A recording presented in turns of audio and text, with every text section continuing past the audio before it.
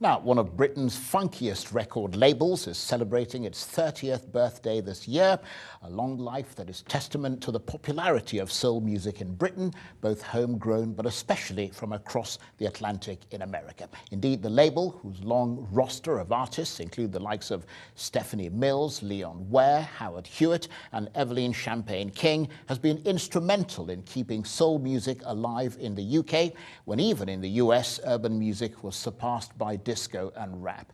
Well, joining us in the studio is one of Britain's best-known soul survivors, Ralph Tee, who is the owner of Expansion Records. I feel like I'm in the company of royalty here. Great to see you, Ralph. Thank you very much indeed for coming in. So clearly someone at Expansion Records detected a huge gap in the UK music market and thought, how about filling it with soul music? Is that roughly how Expansion Records More or less. started? I mean, the label is two people. It's myself and Richard Serling. Richard Serling's from the northwest of England. He worked for RCA. Myself in the mid-80s, I was working at Arista Records. I was working at a big label with the likes of Whitney Houston and Aretha Franklin. And as we approached the mid-80s, the music was shifting a little bit, and the music and the artists that I liked wasn't being represented on the bigger labels anymore. It was going off into the independent sector, and that's where Richard and I stepped in. We knew each other through our journalism. We both wrote for Blues and Soul magazine together. And other entities. And so that's how it started. So clearly a large following of funk and soul music in the UK has been going on for decades now. Why is soul music so popular, do you think? It's just so good, you know, it touches people, and when you get to know it, and the era that we're particularly interested in, which is from the late 60s, 70s and 80s, just the quality of the songwriting, you know, those vocalists, all those individual sounds and the productions, the musicianship of that period were so strong. I thought, well, it's just not going to go anywhere in a hurry. And when the music changed and it became more, I should say, house music, R&B, that kind of style, away from the mainstream, we thought we've just got to carry on the genre of music that we love, which we've managed to do to this day. And of course, some of the people you dealt with were people who'd been very popular in America and then sort of dropped off the charts, but still had a considerable following internationally. Exactly. Some of those were the lesser-known artists. There were still big artists in their own right, like Leon Ware, for example, who had written for Marvin Gaye. Absolutely. We worked with Howard Hewitt, who was the voice of Shalimar, still a huge group in Yes, on I the remember Nostalgia Shalimar. series. We worked with Howard Hewitt. And then there were the newer artists that came along that were inspired by those big artists from back in the day, you know, like Frank McComb and Gary Taylor and Adriana Evans. We worked with those artists as well. So it was both those veteran artists and the new artists that carried us over the course And of of course, the there was 3 decades. Stephanie Mills, who had that, who was very, very popular, wasn't she? Exactly. I mean, she across still the has a world. following in Yeah. America. She hasn't been over here actually for about 30 years. That's something we'd like to do something about. I mean, that's what we remember her from The Wiz and all of that, Yes. wasn't she? She was in The Wiz, and then she came up with that song, I Never Knew Love Like This Before, which of course was a massive hit around the world. Exactly, and she was on some big labels like 20th Century and MCA, but labels like that, she couldn't, I would dare say, be with a big label like that anymore. So it would be an independent like myself that would be able to step in and provide a platform for someone like Stephanie Mills. Looking at the sort of the soul scenario in the UK, I mean, many of your average soul fans appear to be in the middle age and beyond sort of bracket. Good God, I hope that doesn't date me, because I am one of your sort of fans. But that has not stopped the enormous popularity of the soul genre. Presumably you are involved quite closely with this bracket. Exactly. I mean, we started off as a label, and about 13, 14 years ago we started events as well, because people of my generation who grew up listening to this music as it came out, and it means so much to us. It came to a point where a lot of people in my generation, they had families, and the families have grown up, the kids have grown up, and they still want to go out. So in 2003 we started a soul weekender called the Luxury Soul Weekender, because a lot of people... That sounds good. I haven't heard about that one. The big weekenders were notoriously on campsites. You know, people stayed in the caravan and chalets. So we thought, why not do something in a luxury hotel? Yeah, so it's luxury music in a luxury venue. So we started off at Blackpool in the Hilton.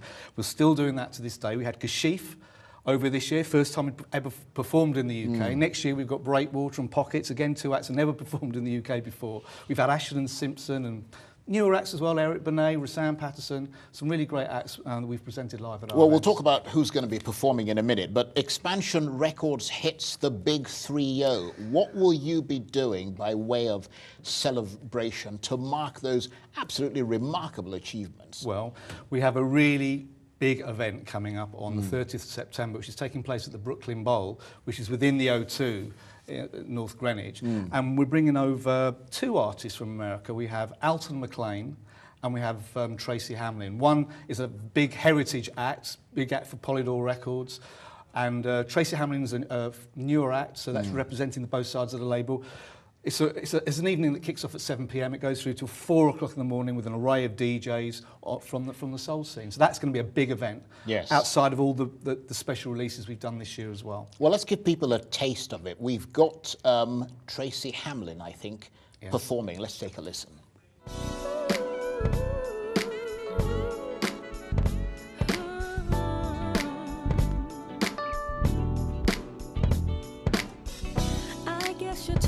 Stuff, but that ain't no reason to come home and treat me rough, and don't really get the way you treat me. Thought that you supposed to love me, thought you said it's forever and a day. Now you just keep throwing me shade.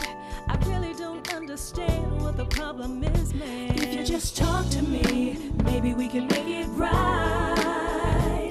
If you just talk to me, we can do this. And that's Tracy Hamlin there, who's going to be performing at Expansion Records' big 3-0 celebration later in September. You yourself, you're of course a DJ and a journalist, so that, I suppose, helps to tune your ear to this music. Exactly. I mean, both Richard Serling and myself, we're both club DJs, we've been radio presenters, we're fans. You know, we recognise, great voices and great songs. Absolutely. And that's what's carried us. It hasn't been an easy time, though, for the music industry in the face of the growth and the challenge posed by the internet. How have you been rising to this new challenge? We've most certainly embraced digital downloads. We could have done without the bootlegging and the free download, but that's just the way of life at the moment. But we managed to make it work by engaging with iTunes and the various digital providers, but also recognising that there's an audience of our age group who still want to buy physical product. I was just going to say, I mean, there must be people who prefer the sort of the big spinning. Exactly, and you've probably heard vinyl is coming back. Yeah, there is a big comeback. Actually, I've got to be honest, I was looking the other day at a shop that makes these absolutely beautiful turntables. The turntable is coming back for sure, and people are buying more vinyl than they have done for a long, long time. Well, my director just said he's getting one for his birthday, Marcus. So that tells you, I mean, people are into it. Exactly. People like the packaging as well. They like to take the record out and look at the label notes, who wrote the songs, who produced the songs. You miss all of that when you have a download. Yeah, so, I mean, basically, the 30th of September is a date that we need to mark in our diaries. Absolutely. It starts at 7 o'clock. It's at Brooklyn Bowl, as I was saying, at the O2. It's going to be a huge event. Alton McLean, by the way, she's never been to the UK before. She was married, incidentally, to the late Skip Scarborough, who wrote those magnificent songs like Earth, Wind and Fire, Can't Hide Love, and George Benson, Love Ballad, all those great songs. And we're doing a tribute section to Skip Scarborough as part of the evening as well. Now, I'm going to ask you a question that's desperately unfair, but I'm afraid I can't resist because you're here. You've worked with all these artists across the world, famous names, fantastic performers. Who's your best pick? As you say, very difficult to pick anybody. It's between 2, I would say. Gene Khan and Kenny Burke, 2 outstanding artists who I've got to know personally over the years. I've worked with them directly. I've put on shows.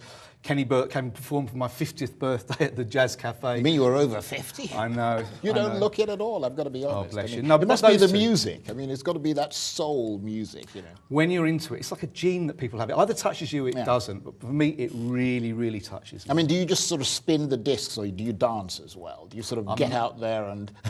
No, I think that's why I became a DJ originally, so I didn't have to dance. Safe. So I could still enjoy much it. safer to be a behind the DJ, turntables, absolutely. Yeah, no, that's absolutely brilliant. So what's next for Expansion Records? Where does it go from here? I think more events, in actual fact. In fact, we already have 2 in a year. We do a second event now in June at the Winter Gardens. We have Leroy Hudson coming for that and the Impressions. So more events. We would like to keep the physical CDs and LPs going for as long as we can. We're not trying to change the world with any of the music we're doing. We like a particular kind of music from a period, so we like working with music from that period and new music that sounds like music from that period, and that's what we'll continue to do.